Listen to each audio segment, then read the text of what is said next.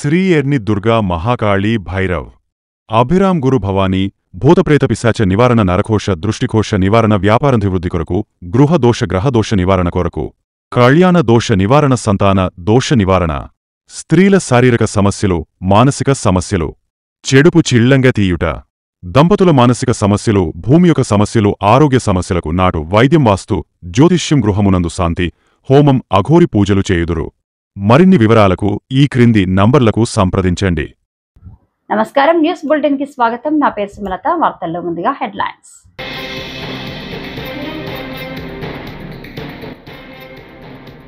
Operation Sindoor ఉగ్రవాదానికి దీటైన జవాబు Amit Shah.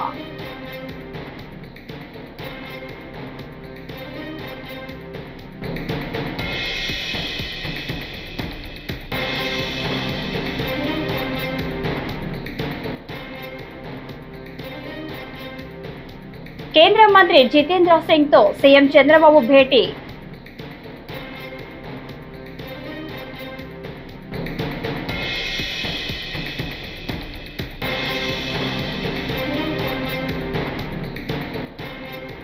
YS Jagan ప్రశ్నలకు CM Chandrababu సమాధానం చెప్పాలి. మాజీ మంత్రి సాకే శైలజనాథ్.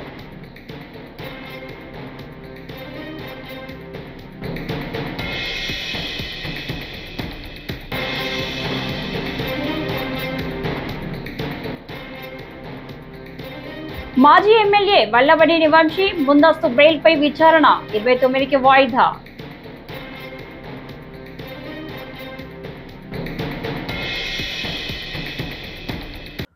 ఇక డీటెయిల్స్ చూస్తే, ఢిల్లీలో సరిహద్దు భద్రతా దళ ఇన్వెస్టిగేషన్ సదస్సులో హోంమంత్రి అమిత్ షా మాట్లాడారు. మేము పాకిస్తాన్కు ఎప్పుడూ తగిన సమాధానం ఇవ్వలేదు, కానీ పహల్గాంలో జరిగిన ఉగ్రదాడి తర్వాత ఆపరేషన్ సింధూర్ చేపట్టి ఉగ్రవాదానికి గట్టి సమాధానం ఇచ్చాం. పాక్లోని ఉగ్ర స్థావరాలే లక్ష్యంగా దాడులు చేశాం. దీనికి ప్రపంచం మమ్మల్ని అభినందిస్తుంది. నేను సైన్యానికి సెల్యూట్ చేస్తున్నాను అని అమిత్ షా పేర్కొన్నారు. कई बड़ी बड़ी घटनाएं पाकिस्तान ने की, मगर इसका जवाब उचित जवाब नहीं दिया गया. हम संरक्षात्मक काम करते रहे. हमारे लोगों की जान बचाने के लिए बहुत अच्छा काम हमारी पुलिस, सेना, बीएसएफ सब ने किया, मगर कभी भी उचित जवाब नहीं दिया. 2014 में नरेंद्र मोदी जी प्रधानमंत्री बने, भारतीय जनता पार्टी के नेतृत्व वाली सरकार बनी और सबसे पहला बड़ा हमला उरी में हमारे जवानों पर किया. उनको जिंदा जला देने की हिमाकत की और हमने सर्जिकल स्ट्राइक कर पहली बार आतंकी ठिकानों में घुसकर आतंकवादियों को जवाब देने का काम उरी के बाद तुरंत किया. हम मानते थे कि संदेश से शायद अब सब कुछ रुक जाएगा, मगर नहीं रुका. पुलवामा में हमला हुआ, सीआरपीएफ के जवानों को आतंकी हमले में उड़ा दिया गया.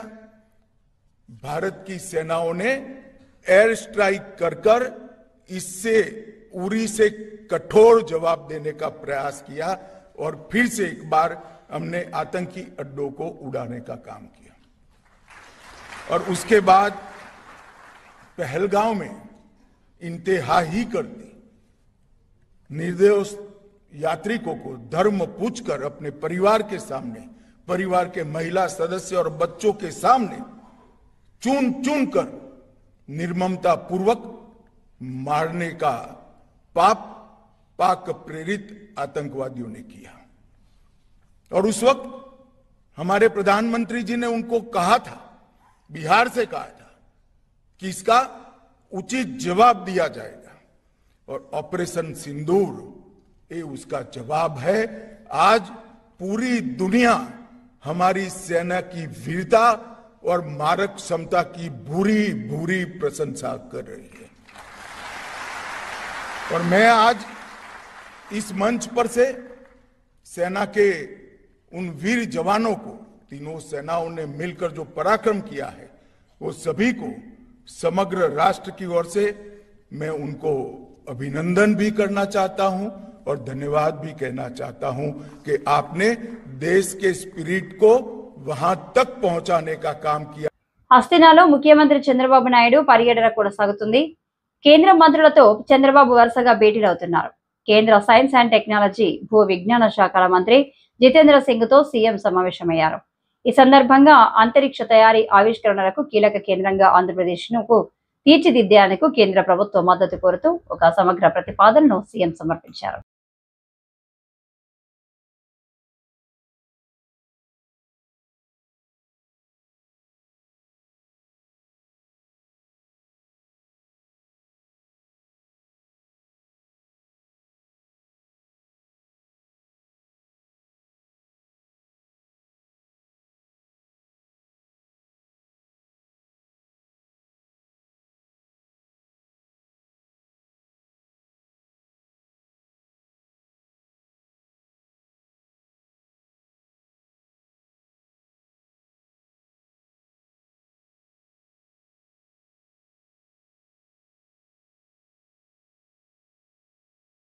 వైఎస్ఆర్సీపీ అధ్యక్షుడు వైఎస్ జగన్ పత్రికా సమావేశం ద్వారా కూటమి ప్రభుత్వానికి సంధించిన ప్రశ్నలకు సీఎం చంద్రబాబు సమాధానం చెప్పాలని మాజీ మంత్రి వైఎస్ఆర్సీపీ సీనియర్ నేత సాగే శైలజనాథ్ డిమాండ్ చేశారు. తాడేపల్లి వైఎస్ఆర్సీపీ కేంద్ర కార్యాలయంలో మీడియాతో మాట్లాడుతూ చంద్రబాబు హయాంలో జరిగిన లిక్కర్ స్కామ్ ను ఆధారాలతో సహా వైఎస్ జగన్ బయటపెట్టారని, దానికి బదులివ్వలేక ఎల్లో మీడియా ఈనాడు ద్వారా ఒక అబద్ధపు కథనాన్ని రాయించారని మండిపడ్డారు.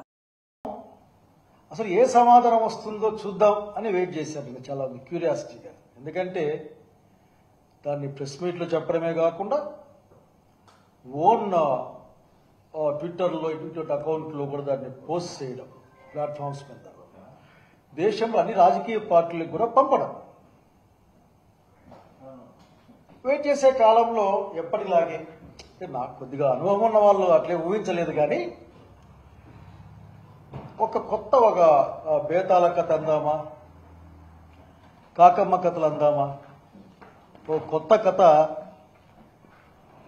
ఈరోజు తెలుగుదేశం పార్టీ యొక్క అధికార పత్రిక అందాము, లేక అధికార పత్రిక అందాము. ఈనాడులో ఒక వార్తా కథనం వచ్చింది. దాన్ని కథనం అందామా, వార్త అందామా అర్థం కాని పరిస్థితి. అది బేతాల కథలాగే ఉంది. అది అయ్యా జగన్మోహన్ రెడ్డి గారు మిమ్మల్ని అడిగింది ఏంటంటే, మీరు ఈ ప్రభుత్వం కక్షపూరితంగా కేసులు పెట్టి దానికోసం చట్టాన్ని ఉల్లంఘించి దర్యాప్తు సంస్థల్ని చేతిలోకి తీసుకుని దుర్వినియోగం చేస్తా ఉన్న అధికారాన్ని మీరు అధికార దుర్వినియోగానికి పాల్పడతా ఉన్నారు అనే అంశం మీద మాట్లాడుతూ, అసలు లిక్కర్ ఫ్రాడ్ చేసింది ఎవరు, డిస్టిలరీలకి ఎక్కువ డిస్టిలరీకి పర్మిషన్ ఇచ్చింది ఎవరు, వాటి కెపాసిటీ పెంచింది ఎవరు, క్యాబినెట్ ఆమోదం కూడా లేకుండా, ఎరిక లేకుండా ప్రివిలేజ్ ఫీజు 1300 కోట్ల రూపాయలని మాఫీ చేసింది ఎవరు, ఒక రేషనాలిటీ లేకుండా తమరికి కావలసిన ముఖ్యమంత్రి గారు తమరికి కావలసిన డిస్టిలరీలకి ఎక్కువ ఆర్డర్లు పోయే విధంగా చూస్తుంది ఎవరు, దీనికి సంబంధించి మీరు మాట్లాడకపోయినా కీలకమైన అంశాలని బయటపెట్టారు. ఆనాటి లిక్కర్ ఫ్రాడ్లో, స్కామ్ ఫ్రాడ్లో ఇంకొక మీనింగ్ కూడా ఉంది. స్కామ్ డిస్ఆనెస్ట్ అనే ఒక మీనింగ్ కూడా ఉంది. ఆ ఫ్రాడ్లో స్పష్టంగా అడిగాడు ఆఖరికి, అయ్యా మీ సంతకాలు ఉన్నాయి, మీ ఎక్సైజ్ మినిస్టర్ సంతకాలు ఉన్నాయి, మరి మీరు సమాధానం చెప్పాలా. ఎక్కడైనా సరే సీఎంఓ నుంచి మా సంతకం ఉందా చూపించమని ఛాలెంజ్ చేశాడు ఆఖరికి. ఒక సవాల్, మీరు స్వీకరించి చూపించాల్సింది ఎక్కడెక్కడ ఉంది అని. ఇదేమీ కాకుండా మీ అనుకూల మీడియా, మీ అనధికార పత్రికలు అబద్ధాలని, చాలా తేలిక మాటల్ని, అట్లాగే తప్పుడు సమాచారం అని నేను అనుకుంటా ఉన్నాను. తప్పుడు సమాచారంతో కూడిన ఒక సత్యదూరమైన ఆరోపణలు మీరు చేయడం తప్ప ప్రజానాయకుడు జగన్మోహన్ రెడ్డి గారు అడిగిన ప్రశ్నలకు మీ దగ్గర సమాధానం లేదు. ఒకే ఒక గాలికి అట్లా ఇట్లా ఆర్థిక పరిస్థితిని ఎట్లా మాట్లాడతారో దీనిపైన అట్లే మాట్లాడుతూ ఉన్నారు. నేను చూసాం, సో ఆశ్చర్యపోయాం. ఈ రోజున కొత్త సబ్జెక్ట్ కూడా మీరు నేర్పించారు చాలా మందికి ఈ రాష్ట్రంలో. అదేంటంటే మెగాబైట్ అంటే ఏంది, అది జీబీ అంటే ఏంది, టెరాబైట్ అంటే ఏంది, ఒక్కొక్క టెరాబైట్కి ఎన్ని పేజీల ప్రింటింగ్ బయటకు వస్తుంది అనే విషయాలు, కొత్త విషయాలు నేర్పించారు. నిజంగా ఈ వార్తా కథనం రాసిన వాళ్ళకి నేను నిజంగా వాళ్ళ పట్ల ఏ విధంగా ఆలోచించి అర్థం కాదండి. నాకు ఏం చెప్పాలనుకున్నారు మా అందరికీ, ఆంధ్రప్రదేశ్ రాష్ట్రానికి? మీ దగ్గర ఏ ఆరోపణలు ఉన్నాయి? ఆరోపణలకు మీ దగ్గర ఉన్న ఆధారాలు ఏంది? కేవలం వ్యక్తులు ఇచ్చిన, నిన్న స్పష్టంగా ప్రకటించారు జగన్మోహన్ రెడ్డి గారు, ఇదిగో పలానా సీఎండీగా ఉన్న వసుదేవరెడ్డి గారు కానీ, అట్లాగే కింద ఉన్న 2 ఎంప్లాయీస్ ఇచ్చిన స్టేట్మెంట్ల మీదే మీరు ఏ విధంగా మాట్లాడతారు, మీ దగ్గర ఉన్న ఆధారాలు ఏవి అని. ఆధారాలు ఏవి బయట పెట్టమని అడిగినందుకు మీరు ఒక కథ వండి వార్చారు ఇక్కడ, టెరాబైట్ల రూపంలో లేదా జీబీల రూపంలో. 375 కోట్లకు పైగా, 375.8 lakh పైగా పేజీలు, రికార్డులు, డాక్యుమెంట్లన్నీ కూడా ఎరాస్ చేశారు, నాశనం చేశారు. అసలు సమాచారమే అందకుండా చూశారు దీంట్లో ఆఖరికి. అయినా అతి కష్టపడి మాకు సంబంధించిన శాఖలు, మీ చెప్పు చేతుల్లో ఉన్న శాఖలు లేక గుంపులు, మేము సేకరించిన విషయాల మేరకే ఈ రోజున 1000 కోట్లు కొల్లగొట్టబడ్డాయని దీంట్లో వార్తలో ఒక భాగం. And just I want ask you people, the state of Andhra Pradesh wants know what is the truth. నిన్న జగన్మోహన్ రెడ్డి గారు, జననాయకుడు, ఒక సత్యాన్ని ఆవిష్కరించే ఒక పని చేశారు. ఇది పబ్లిక్ డొమైన్, ఎవరైనా చదవచ్చు, మాట్లాడచ్చు, అభిప్రాయం పెట్టచ్చు కామెంట్ రూపంలో. ఇప్పటికి 13 సార్లు, దాదాపు 12 సార్లు ప్రెస్ మీట్లు, ఒకసారి ఢిల్లీలో ప్రెస్లో మాట్లాడడం, అనేక సందర్భాల్లో అక్కడిక టూర్ పర్యటనలో పోయినప్పుడు మాట్లాడిన దాంతో అనేకమైన ప్రశ్నలు వేశారు. అది ప్రజల ఇబ్బందుల గురించి ప్రశ్నలు వేశారు, మీరు చేసే ఆరోపణలపైన ప్రశ్నలు వేశారు. కానీ ఈనాటికి కూడా మీ దగ్గర సమాధానం లేదు. మీరు ఎంత హైడ్ చేద్దామనుకున్నా, ఎంత దాచిపెడదామనుకున్నా, సత్యం అనేది నిప్పు లాంటిది. అది ఎవరైనా సరే అది అన్ని పొరల్ని కాల్చుకొని బయటకు. తిరుమల శ్రీవారిని పలువురు సినీ రాజకీయ ప్రముఖులు దర్శించుకున్నారు. మంత్రి రాంప్రసాద్ రెడ్డి, దర్శకుడు రాఘవేంద్రరావు, నిర్మాత బండ్ల గణేష్ వేకువజామున శ్రీవారి అభిషేక సేవలో పాల్గొని మొక్కులు చెల్లించుకున్నారు. తొలుత అతిథి అధికారులు వీరికి స్వాగతం పలికి దర్శన ఏర్పాట్లు చేశారు. దర్శనానంతరం రంగనాయకుల మండపంలో పండితులు వారికి వేదాశీర్వచనం చేసి స్వామివారి తీర్థ ప్రసాదాలను అందజేశారు.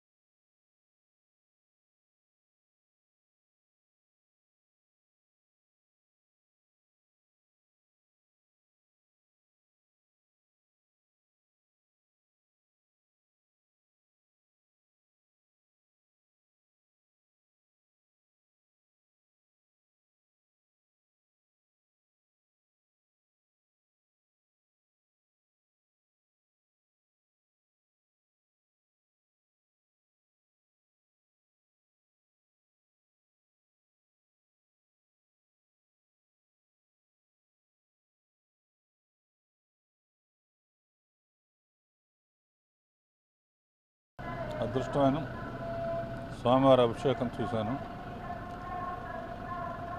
పుట్టినరోజు సందర్భంగా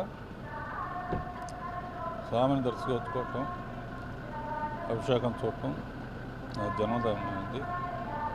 స్వామి సేవకు ఎప్పుడు నేను రెడీగా ఉంటాను. గోవింద గోవింద. జిల్లా కోకో తోట పంటల విస్తరణపై ఉద్యాన శాఖ అధికారులు దృష్టి సారించాలని, ఆ తర్వాత అదనపు ఆదాయం పొందడానికి అవకాశం ఉంటుందని జిల్లా కలెక్టర్ పి ప్రశాంతి సూచించారు. స్థానిక కలెక్టరేట్లో కోకో క్లస్టర్ అభివృద్ధి కార్యక్రమంపై కలెక్టర్ సమీక్ష జరిపారు. ప్రశాంతి మాట్లాడుతూ 600 హెక్టార్లలో కోకో తోటలు సాగయ్యేలా చూడాలని, అందుకు అనుగుణంగా లక్ష్యాన్ని నిర్దేశించుకోవాలని పేర్కొన్నారు. ఆ మేరకు రైతులను ప్రోత్సహించే క్రమంలో చర్యలు తీసుకోవాలని జిల్లా కలెక్టర్ స్పష్టం చేశారు. ఇక్కడ ఎంత కోకో, నేను ఫస్ట్ పాయింట్ ఏం చెప్పాను, కోకో ఎక్స్టెంట్ రాయండి. ఈస్ట్ గోదావరిలో కోకో ఎక్స్టెంట్ ఇలా ఉంది అని రాస్తూ ఈ మండలాల్లో ఇంత ఉంది, ఎక్కువ ఈ మండలంలో ఉంది అని రాస్తాను. ప్రొడక్షన్ ఈస్ట్ గోదావరి డిస్ట్రిక్ట్ లో ఈ వెరైటీ ఇంత ప్రొడక్షన్ అవుతుంది.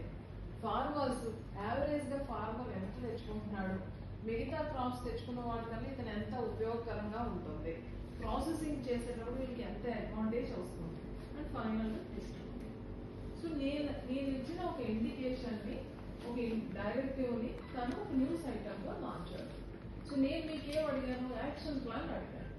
సో ఈ యాక్షన్ ప్లాన్ లో first point inter crop. Cocoa extent as inter crop గా మన దగ్గర ఎంత ఉంది, మెయిన్ క్రాప్ గా ఎంత ఉంది?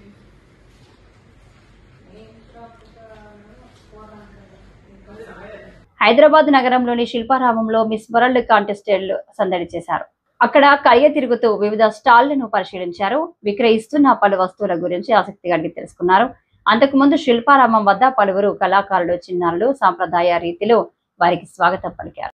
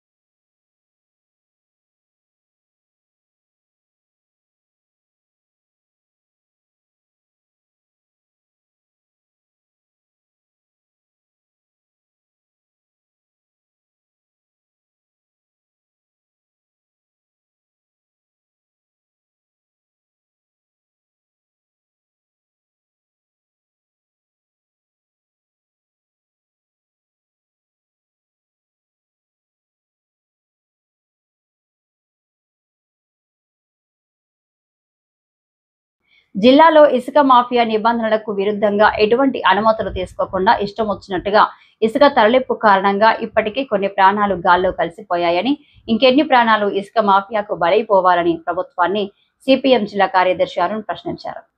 ఈ మేరకు గురువారం సిపిఎం కార్యాలయంలో జిల్లా కమిటీ సభ్యులు సుబ్రహ్మణ్యంతో కలిసి మాట్లాడారు. నిబంధనలకు విరుద్ధంగా ఇసుక తరలింపు వల్ల రోడ్డు పైన ఇసుక పడి వాహనదారులు జారిపడి ప్రాణాలు కోల్పోతున్నా ఇసుక మాఫియా అరాచకాలు ఆగడం లేదని అరుణ్ విమర్శించారు. ఇవాళ చాలా మంది ప్రజలు కూడా ఇసుక సందర్భంలో జారి పడిపోయిన ప్రజలు కూడా ఆందోళన వ్యక్తం చేస్తా ఉన్నారు. ఇదిగో పరిస్థితులు బాగు చేయండి అని చెప్పి కోరుతా ఉన్నారు. అందుకనే ప్రభుత్వం వెంటనే స్పందించాలి. ఇది అత్యవసర పరిస్థితిగా తీసుకోవాలి. ఇప్పుడు ధవళేశ్వరం గాయత్రి ఇసుక బయట రోడ్డు అది రోడ్డు లేదంటే అది మొత్తం ఇసుక ర్యాంపు అర్థం కాని పరిస్థితుల్లో ఉన్నది. అక్కడ చిన్నపాటి స్కిడ్ అయితే చాలు జనం పడిపోయిన పరిస్థితి. ఆ పైనుంచి అత్యధిక లోడుతో లారీలు వేగంగా వస్తున్న పరిస్థితి కూడా కనిపిస్తూ ఉంది. అందుకే ప్రభుత్వం తక్షణమే వారం 10 రోజుల్లోపు ఇట్లాంటి వాటన్నిటిని నియంత్రించి ఆ రోడ్లపైన ఇసుక మొత్తాన్ని తొలగించి ప్రయాణికులకు ఇబ్బంది లేకుండా చేయాలని చెప్పి ప్రభుత్వ అధికారులు ప్రజాప్రతినిధులు కోరుతా ఉన్నాం. ప్రభుత్వం స్పందించకపోతే సిపిఎం పార్టీగా ప్రజల్ని సమీకరించి అధిక లోడుతో ప్రయాణం చేస్తున్న ఇసుక లారీలు అడ్డుకుంటాము. ఎక్కడికక్కడ ఇసుక లారీలను అడ్డుకుని ఆఫ్ చేస్తాం, నిలుపుదల చేస్తాము. తర్వాత జరిగే పరిణామాలకి ఇవాళ ప్రభుత్వ యంత్రాంగం బాధ్యత వహించాల్సి వస్తుందని చెప్పని కూడా ప్రభుత్వ అధికారులకి తెలియజేస్తాం. నకిలీ ఇళ్ల పట్టాల కేసులో గన్నవరం మాజీ ఎమ్మెల్యే వైసీపీ నేత వంశీని శుక్రవారం పోలీసులు కస్టడీలోకి తీసుకున్నారు. వైద్య పరీక్షలకు ఆసుపత్రికి తీసుకెళ్లారు. ఇవాళ రేపు వంశీని పోలీసులు విచారించనున్నారు. అయితే వంశీని అతని న్యాయవాది సమక్షంలో ఉదయం 10 గంటల నుంచి సాయంత్రం 4 గంటల వరకు మాత్రమే విచారించాలని కోర్టు ఆదేశించింది. కాగా పోలీసులు వంశీని కస్టడీకి తీసుకునే ముందు ఆయన భార్యను కలిశారు.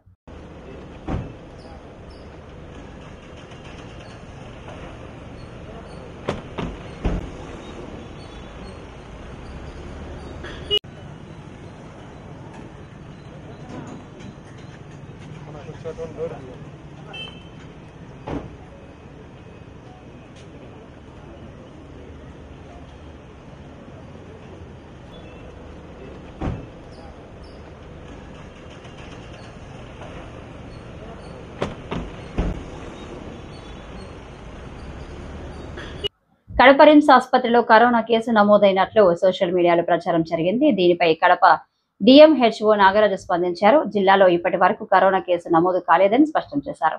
షేక్ గౌసిన్ మోదిన్ మేబీ అనే మహిళ దగ్గు జలుబు జ్వరంతో కడప రిమ్స్ కు వస్తే కోవిడ్ వార్డులో అడ్మిట్ చేశారే తప్ప కరోనా లక్షణాలు లేవన్నారు. ఆసుపత్రిలో కోవిడ్ కిట్లు లేకుంటే ఎలా నిర్ధారణ చేస్తామని ప్రశ్నించారు. షేక్ గౌసిన్ మొబిన్ అనే ఒక 75 ఇయర్స్ లేడీ నంద్యాల నుంచి కాఫ్ అండ్ కోల్డ్ ఫీవర్ తో వచ్చింది. దాన్ని ఆమె ప్రైవేట్ హాస్పిటల్లోన ప్రొద్దుటూరులోన అలానే ప్రైమ్ హాస్పిటల్ ప్రైవేట్ హాస్పిటల్లో అడ్మిట్ చేసుకునింది. నెక్స్ట్ వీళ్ళు జీజీహెచ్కి వెళ్ళారు. అంటే బాగుందని వెళ్ళిపోయారు, మళ్ళీ వచ్చినారు. జీజీహెచ్కి వెళ్తే జీజీహెచ్లో కోవిడ్ వార్డులో అడ్మిట్ చేయడం జరిగింది. ఎందుకంటే ఓల్డ్ ఏజ్ ఉంది, కొద్దిగా సివియర్ లంగ్ ఇన్ఫెక్షన్ ఉంది అని. దానివల్ల వీళ్ళంతా కోవిడ్ అని చెప్పి దాన్ని ఇది చేయడం జరుగుతుంది. కాబట్టి దీన్ని గవర్నమెంట్ ఏదైనా కూడా మీరు ఇక్కడికి రావాల్సిన అవసరం లేదు. ఎందుకంటే ప్రతి ఒక్కటి అది కరెక్ట్ గా కనుక్కోకుండా ప్రెస్ లో కానీ దీంట్లో కానీ వస్తాం. కాబట్టి దయచేసి అలాంటివి చేయకుండా, ఒకవేళ ఏదైనా ఎప్పుడైనా కేసెస్ కోవిడ్ మనమేమి కొత్తగా చూసింది కాదు, నెక్స్ట్ కేసెస్ ఏవైనా వచ్చినా కూడా మనము ఇదిగా చేయడం జరుగుతుంది. యాజ్ పర్ ప్రోటోకాల్ మెయింటైన్ చేయడం జరుగుతుంది. కాబట్టి దీన్ని ఊరికేనే లేని దాన్ని పిక్చరైజ్ చేసి ఇది చేయాల్సిన అవసరం లేదు. Thank you. సంబంధించింది మహానాడు జరుగుతుంది కదా, మహానాడులో ఏదైనా కోవిడ్కి అంటే మామూలుగా మనం కోవిడ్ ప్రోటోకాల్స్ కంపల్సరీ మెయింటైన్ చేస్తాం. మనం టెస్ట్ చేయలేదు సార్, మామూలుగా టెస్టింగ్ కూడా పెడతాం కావాలని. ఎవరికైనా ఇంకా విషయం ఏంటంటే మనకి కోవిడ్ టెస్టులు చేయడానికే లేదు, ఇంకా రాలేదు. ఇప్పుడు ఎందుకంటే ఇంతకు ముందు ఉన్నింది కానీ ఇప్పుడు కోవిడ్ ఎక్కడా లేదు కాబట్టి కోవిడ్ టెస్ట్ చేయడానికే లేదు. అలాంటిది మనం పాజిటివ్ అని అక్కడ చెప్పి దాన్ని ఇది చేయడం కూడా కరెక్ట్ కాదు. కాబట్టి మహానాడు ఇలాంటివి వస్తున్నాయి కాబట్టి ఇంకా కూడా వీలైతే అవి తెప్పించుకొని మేము ర్యాపిడ్ టెస్ట్ కావాలంటే మేము కోవిడ్ ఇది కూడా చేయడం జరుగుతుంది. ఇంకా టెస్టులు చేయలే, టెస్టులు చేయడానికి లేవు అవి మెటీరియల్స్. ఇప్పుడు కూడా వచ్చిన దాదాపు 257 కేసెస్ మనకి త్రూఅవుట్ ఇండియా రిపోర్ట్ కావడం జరిగింది. ఈ కేసెస్ చాలా మైల్డ్ గా ఉంటున్నాయి. ఏమీ ఎవరు పబ్లిక్ ఏమీ భయపడాల్సిన అవసరం అయితే లేదు. Okay, thank you. ఈ వార్తలు ఇంతటితో సమాప్తం. నమస్కారం.